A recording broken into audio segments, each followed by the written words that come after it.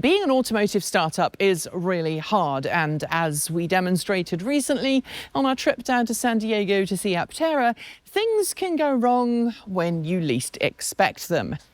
But sometimes things going wrong can teach you a lot. And so today I'm here back at Aptera with CEO Chris Antony to discuss some of the challenges that Aptera faces, especially when things don't go as they might have planned. Chris, thanks for joining me. I have to apologize.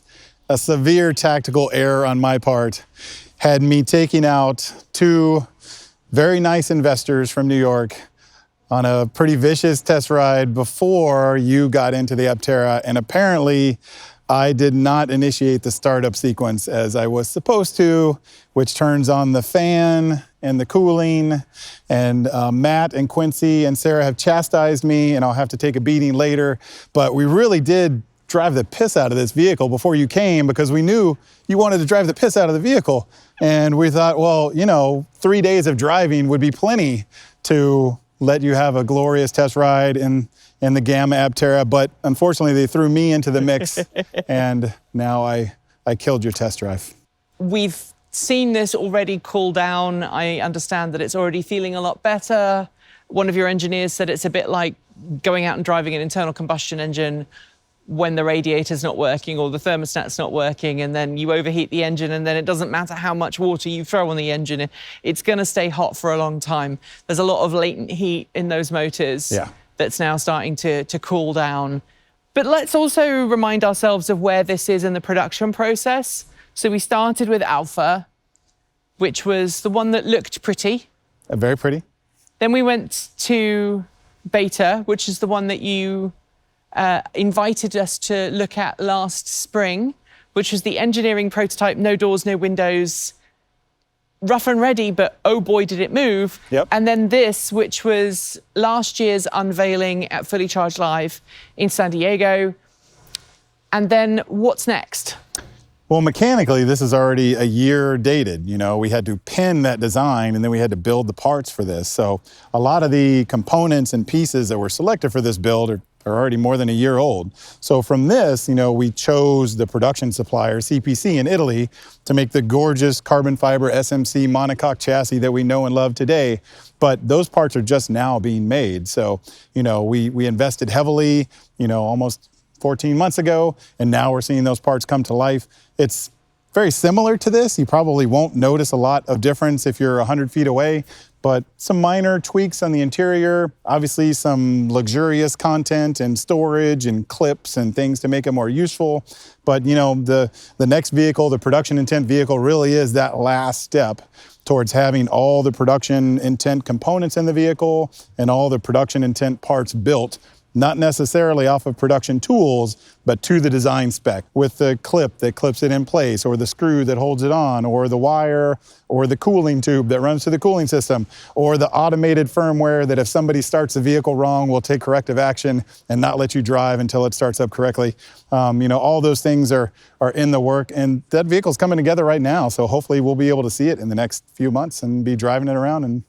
So we're going to see the sound deadening installed. Yes. The parking brake set up so that it's not a electronic manual setup, which is what is currently here. Things like hill control, which we don't have yet on this, or fully assisted braking, which again, this doesn't have yet. Those are all things that will be coming into the production intent vehicle. A lot of people are going to look at Aptera and go, you guys said you'd be producing production vehicles by now. You are, as of last week at the time of filming this, the last company I can think of that is trying to bring a solar electric vehicle to market. Maybe the delay and you being the last are connected, but is it harder than you all thought it was going to be to get to this stage? I'd say we've been careful and calm in our approach. Too much zest and zeal to, push in one direction can cost you dearly financially, and it can put your company in a really bad situation. And we don't want to be in that situation. I think we've been blessed by the world to really love our vision for solar mobility and building efficient vehicles for efficiency's sake. And that's gotten us over 16,000 investors, the most successful crowdfunding of this type in history. $100 million from the crowd. This really is a company built by the people. And, it's kind of a blessing and curse that we had such ambitious production aspirations, but didn't get the funding to meet those ambitious production expectations. But last year, the supply chain was a mess. COVID had just completely wrecked, how the supply chain worked. And I think kind of the blessing and the curse, we haven't made it on time to deliver vehicles, now want to be delivering a production vehicle to you to drive around, but it's given us some great time to really work with suppliers, one, to lower cost, two, to find better elements for the vehicle, and three, very recently, is to lower the weight pretty considerably to make the vehicle even more efficient. We've been able to stretch the rear hatch and add 8 more solar cells to the package. Like, a lot of little things have kind of come because we've had this extra year and a half to really dig into refining the vehicle, working with the supply chain, and just making it that much better. So I know a lot of people may be anxious, gosh, I really want to drive this vehicle, but I think we're humbled and blessed by people giving us the time and leeway to say, do this right.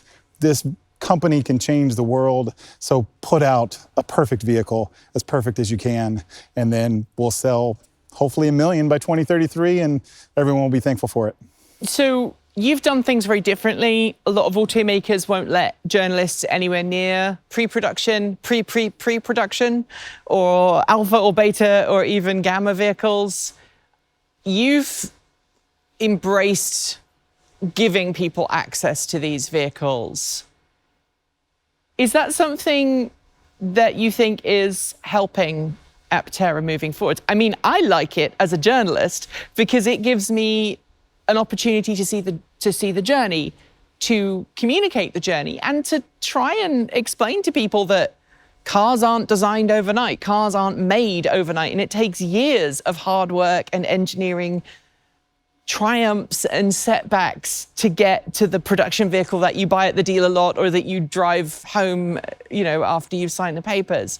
Do you think that helps Aptera's story? Like, it's honest about where it's come from and where it's going?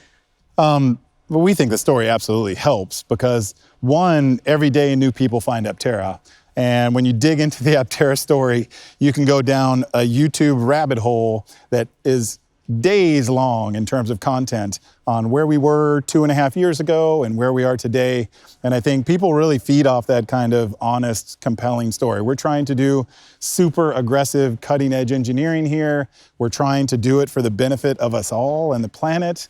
And I think if people can really follow that story and go, hey, this wasn't easy taking this from concept to production. And, these guys switched the architecture of the vehicle and they switched a lot of the supply chain, and COVID was right in the middle of all this. But still, they're trogging along and they get closer to production every day. I think that, that's why people are still investing in Aptera. That's why people are still putting in pre-orders. Every day we get like 15 to 30 new pre-orders. So it's just exciting to keep building this community. And I think it only comes because we're trying to be as honest and forthright as possible, but it's totally the way to be. And I feel bad for people that work for companies that really hide what they're doing, because the great engineers and marketing team and people that work so hard to make all this come to life, they want to share the story too. And people that work for some of these companies that stay covert until they either fail and they never get public, or they do become public with a lot of problems. I mean, the engineers never got to tell the story. So I think it's been great to let our engineers talk to people like you and to, continually tell our story and let people get involved with how we are. It's helped us hire great people. It's helped us, continue with the crowdfunding and people pre-ordering the vehicle. I think it's nothing but check boxes of good for us to be as open and honest as possible. Chris, thanks for touching base with me and for catching up. I know it's a really exciting time for the company, and as we've learned from our current trip, sometimes things go amazingly well and sometimes there are gremlins in the system. That's life, I guess, when you are at a small automotive startup. So thank you very much. Thanks to Chris for chatting with me about some of the challenges that Aptera faces and other EV companies as a whole in this very, very rapidly growing and quite cutthroat world. Thanks for joining me today, and if you've got thoughts, make sure you leave them below in our Discord chat room, or you can reach out to us on Mastodon. Thanks to the amazing list of people scrolling by on your screen right now. They are some of the more than 1,500 people who help fund this channel through Patreon and YouTube, covering our bills, paying our team, and making sure that we can be 100% independent. If you'd like to join them and see your name listed here, just follow the links below. There's a range of different tiers you can sign up for as little as $1 a month, or if you pay yearly, just under $11 a year. A huge welcome to our newest supporters: AF Moni, Sean Instal, Robin Miglia, Jason Moore, Logan A. Rossignol, Michael Bramall, Tanya's Enel, David McConnell, Dennis Lyon, James Cardelli, Jason Reisner, and Bennett Yee. Thanks for all becoming part of the TE crew. If you'd like to support us with a one-off donation, you'll find links below to make Ko-fi and Bitcoin donations, and we even have an old-fashioned PO box you can reach us at, address also below. And if you're in need of some swag, you can find our swag store in the down below as well. We've got some great content coming up, so make sure you've subscribed on PeerTube or YouTube, and we'll see you soon. Don't forget we make new videos every Monday, Wednesday, Friday, Saturday, and Sunday. And if you want more, the mighty algorithm thinks you'll enjoy this video. But we also think that this one is well worth a look. See you soon, and as always, keep evolving!